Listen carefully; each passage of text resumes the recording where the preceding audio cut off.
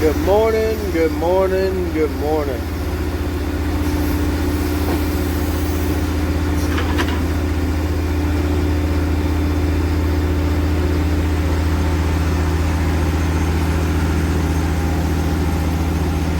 I hope everybody had a great day yesterday, great night.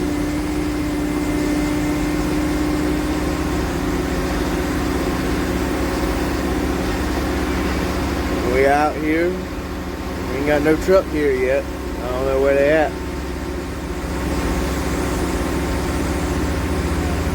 Boys need to tighten up.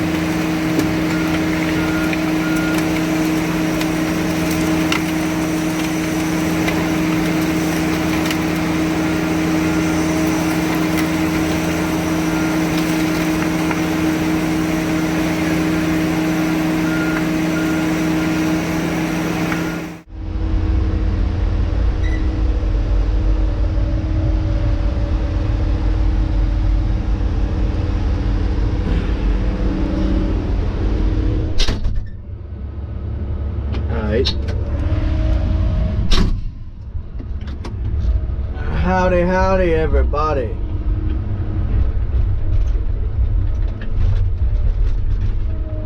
So it's 7:45. We loaded one truck already. Y'all missed that one, but daggone if I ain't got the sun in my eyes again. Just can't win for losing, I tell you.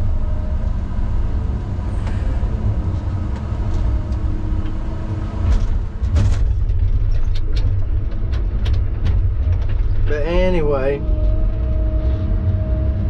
we got us a little bit of quota. I mean, we got a few meals that were wide open on, but they all 50, 60 miles and more. So, but anyway, I got 2 loads of Newbern and Polkwood. And it's close. It ain't maybe 10 miles. It ain't far. I got 2 loads of that and 5 loads of Greenville. But I'm wide open on everything else. Wide open on studs. Wide open on to our GP mill, which take supply logs or cut up grade logs. But anyway,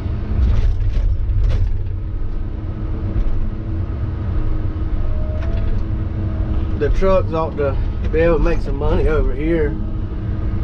These long hauls, they'll, you know, as long as they give me enough short hauls to get me through the first, at least the first round. Because you know, I gotta plan the day out, and most of the time I try to keep my trucks pretty close in the morning. Sometimes I'll load a long run on my first truck if he gets there early, you know. But man, I can't see. But anyway, you know, you gotta do what you gotta do. They gave me six loads of close runs. So that'll be enough to get the first round. And but it all depends on what the, and studs, man, I ain't never, but studs, they ain't far. They ain't right next to the pulpwood mill, about 10 miles. But it all depends on what they bring out.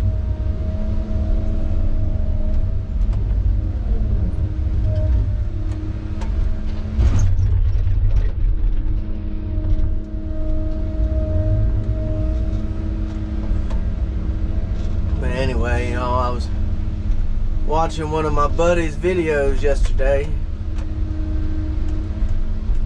cowboy car crushing. And he started off his video kind of talking about integrity, doing the right thing even when nobody's looking.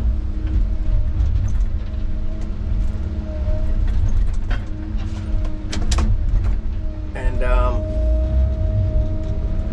I think that's something that a lot of people lack these days.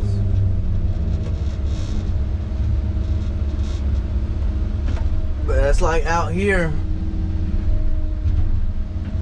most of the time we on our own. The boss man, he stops by from time to time, you know, but it ain't like he's out here all day. You know, and that's how it's supposed to be, you know. He ought to be able to go do whatever he's got to do and be able to trust us to, you know, do the right thing, make the right calls while he's away, and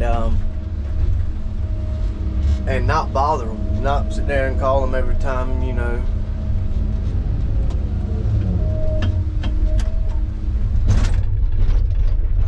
But we do pretty good at that. Some better than others. I ain't gonna get into all that,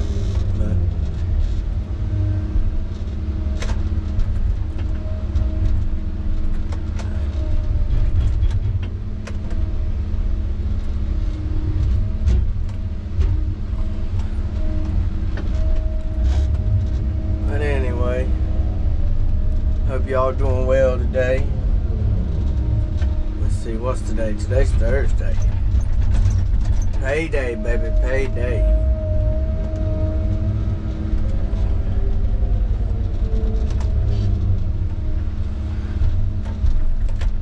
And I remember, I mean, I still, you know, payday's still, you know, still payday, but I remember when I was on drugs and stuff, payday, I look forward to payday all week. Hell, most of the time my check was gone before payday, you know, Friday.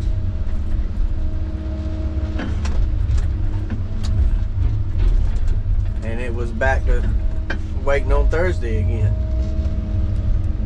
That's probably enough.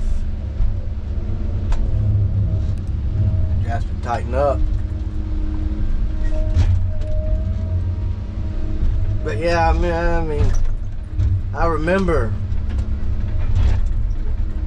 like, I don't know how to explain it, like butterflies in your stomach because you know it's payday, and you know what I mean? And I remember, rushing, can't wait to get home, can't wait to hurry up and go cash my check. And I don't have to worry about that no more. You know what I mean? Most time back then I never had no bank account or nothing like that. I had to go to the grocery store, cash my check. Since then I've gotten a bank account and this and that, but it's crazy looking back, especially when you see people and they're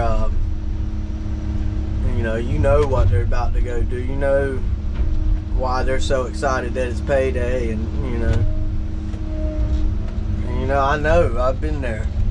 But I remember also in my worst times before I got clean, I remember wishing, I don't know about wishing, but being jealous envious of people that just seemed, to have a normal life. Alright, buddy, pull up. Go to work, go home, do yard work, stuff like that. And since I've gotten clean and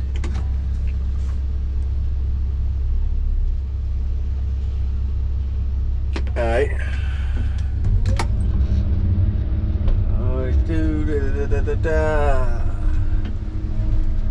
Let's see here. I need about 2,000 pounds.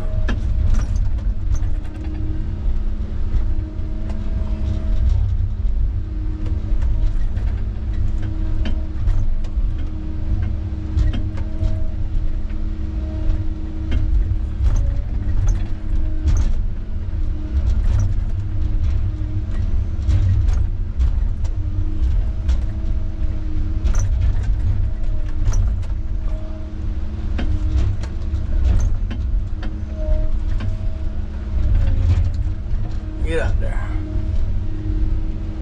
Alright, so that's 87, 88.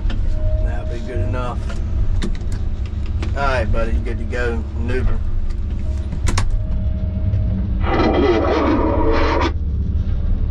Anyway, y'all. But now, from the outside looking in, it looked like they had just a normal life,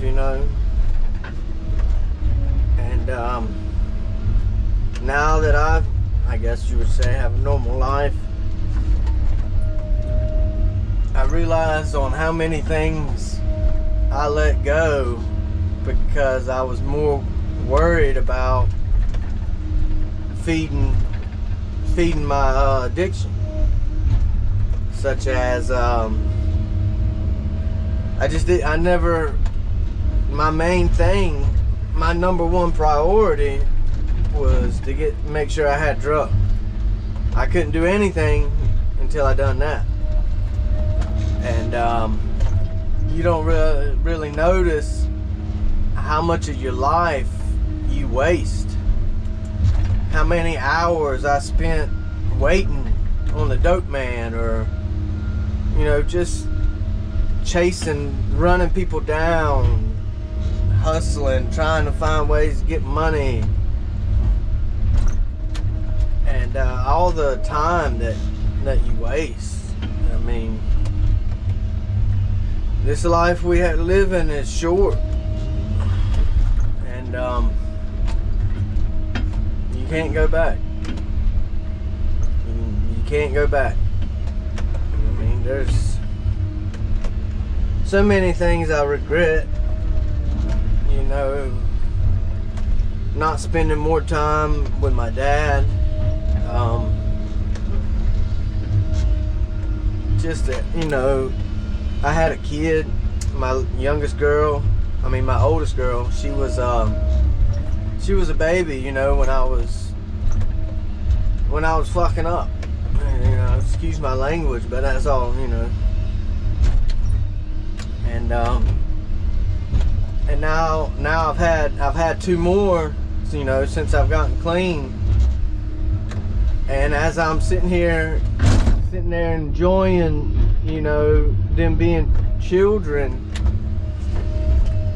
in the back of my mind, all I can think about is how much I missed with my first one. How much I didn't cherish moments, you know what I mean, that I can't never get back. And there ain't nothing I can do about it, you know,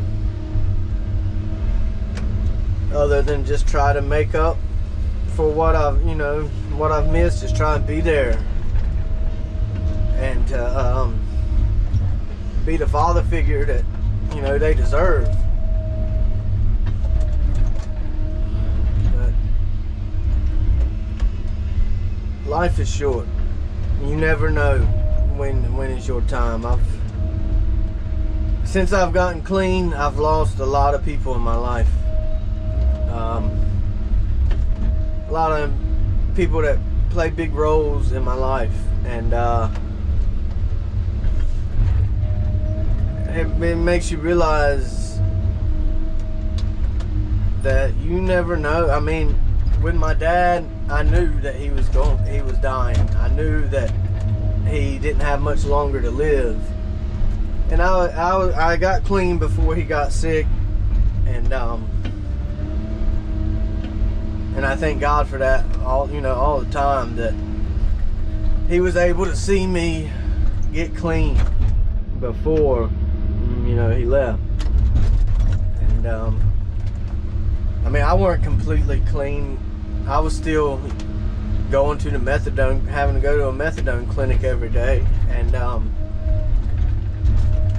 methadone clinics are great, but they also, all you're doing is still a drug. It's still, you have to be dependent on that, or you'll be in the same shape you're in, you know.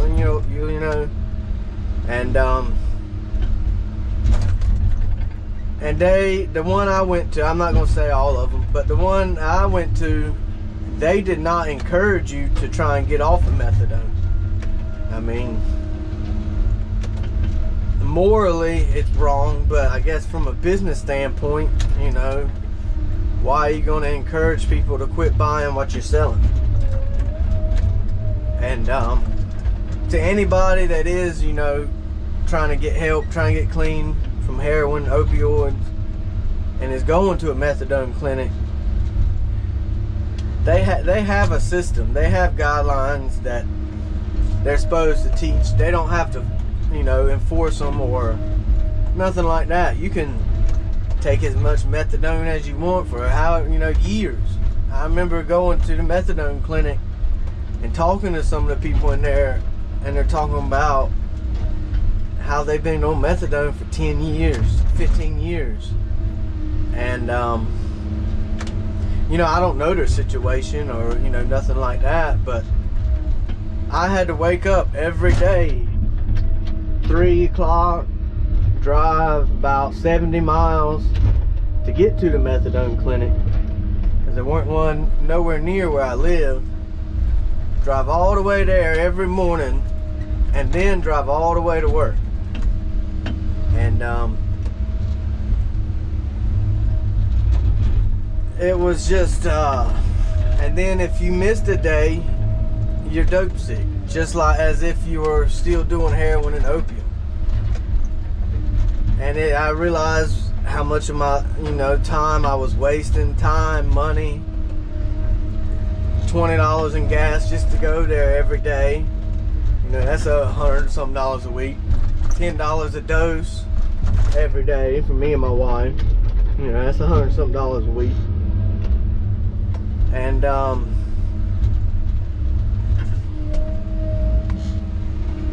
don't know. I don't know where I'm going with this, but you know, I probably wouldn't, but I was forced, more or less forced to quit. You know, after my dad passed and the logging company was gone, I had to go work on the outside. And the place I was at, I didn't have no take-homes or nothing like that. I had to go there every day. But, you know, lucky or unlucky, either way, the first crew that I went to work with after my dad passed, and their daughter was also a recovering addict that went to a methadone clinic every morning. So, you know, I mean, they understood that if, you know, I had to do what I had to do before I come to work. But and at the time they didn't work too far from where the methadone clinic was. But then I don't know, I think it was a Friday. When I first started looking for a job, Jimmy was the first person I asked. You know, because I knew Jimmy was a good guy and stuff like that and all that. He knew my dad, and he knew that I was, you know, knew what I was doing and stuff like that. But at the time, you know, he told me he didn't need nobody. So I kept calling, and, you know, till I found something. Well, it was Friday. We had just got off of work. I hadn't even made it home yet. And I got a text from Jimmy. He's talking about, do you want to come and drive a tractor for me? I said, Jimmy, I done found another job, but if you give me what they're giving me, because I was running a cutter for them, so, you know, you pay me what they pay me, and I'll gladly, you know, come work for you. And I'm so glad I did. For one, I like working out here. I know most of everybody out here, and, you know, I get along with everybody.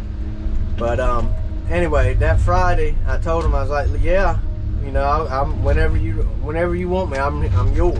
You know what I mean?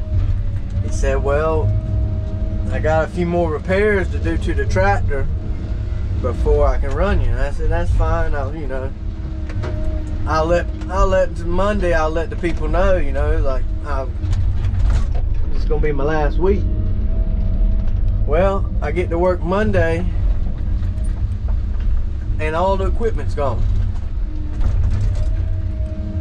Yeah, all the equipment was gone. Apparently they have went out of business and sold all the equipment and didn't tell me nothing. Didn't tell me anything. I don't know if Jimmy knew, you know, that they were doing that or what, but I know I'm glad that I told Jimmy, yeah, that I'll leave these people come work for you. And I didn't, you know, I didn't know that they were going to go out of business. But the Lord works in mysterious ways, you know. We are too simple-minded, you know, to understand completely everything. You know. But anyway, I'm gonna load this truck here up, and I'll check back up with y'all later and let y'all know how the day's going for me. Thank y'all for watching and for listening to me. Goodness gracious. Look at that mess right there. Look like a thinning job.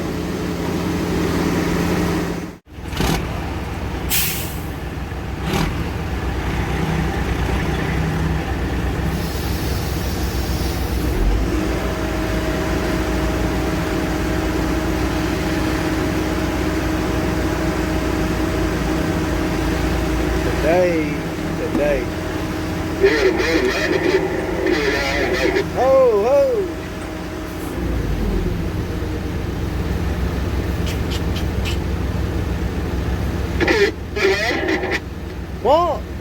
We're good to go, boy. I gotta add it up first. Dang. Make sure you count how many trees is up there too.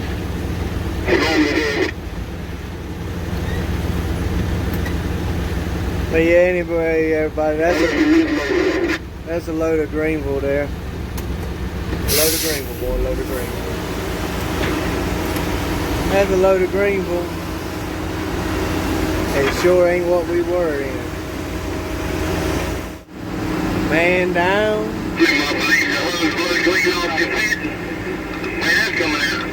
Man down. Looks like it's gonna rain, Josh. Yeah, the temperature's only about too low. Yeah, the wind done picked up. Done cooled on. Cookie about to be a wet ice.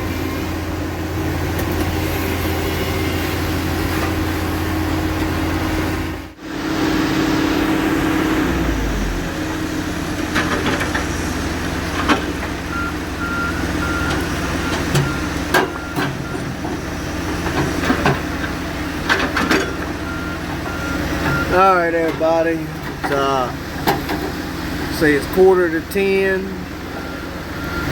We've loaded 1, 2, 3, 4, 5. This is number 6. The other tractor went down. He had a hose blow. He's gone to go get him another hose. So we brought the cutter man back out front up here. Cut some of this wood till we get the other tractor going. You know, we try and save the wood that's close, you know, mostly for when we get backed up and need to get the trucks out of here, but it always winds up we had to use it for something else.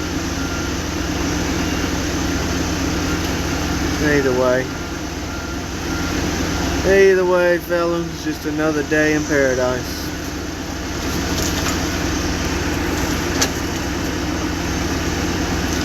Used to church I used to go to when I was a kid, the preacher, he'd start out every service. He said, I want to hear amen from everybody that'd rather be here than sitting in a jailhouse today. So whatever situation you're in, it could always be worse, and there's always somebody out there who's going through worse. So don't take what you got for granted, because it can go as easily as it comes.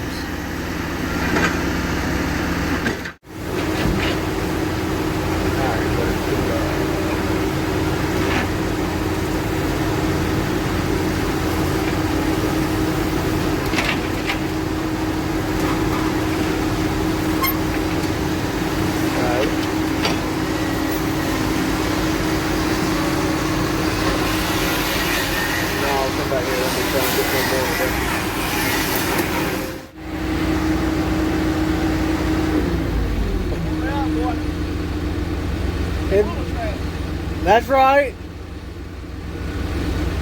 Tighten up. No, sir. Come back and get one more. Alright, everybody. It's 12 o'clock, lunchtime. The father-son duo, they were kind enough to bring us some Bojangles chicken for lunch. So we just got done eating. Now it's time to get back to work. Alright, everybody. It's 2:30 and it has started to rain. It's been cloudy all day, but we ain't had no rain till now. So maybe it'll pass over. It don't. The sky looks a little better over yonder.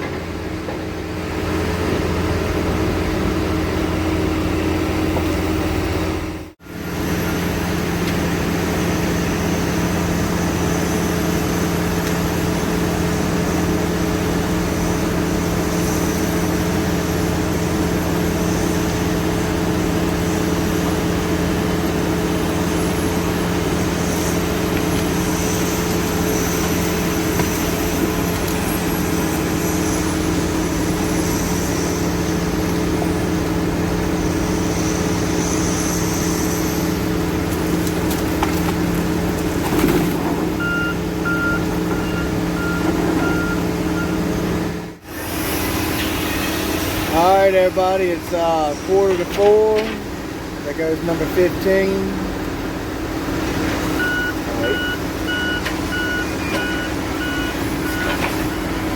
Alright, but it's good to go. Hey look, tell Loco that he left that fry bar down there on the scale.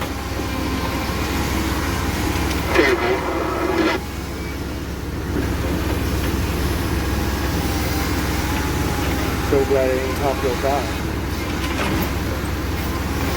Me too.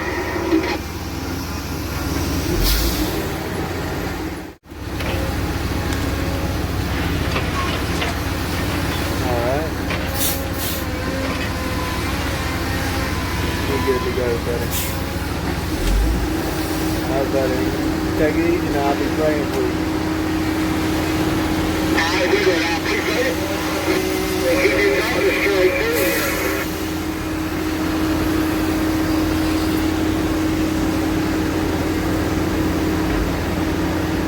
Alright everybody, that's load number 17 for today. It's 5 o'clock. Cut up this last little bit of wood here. And then we're gonna head to the house. I'll catch y'all tomorrow. Y'all have a blessed night.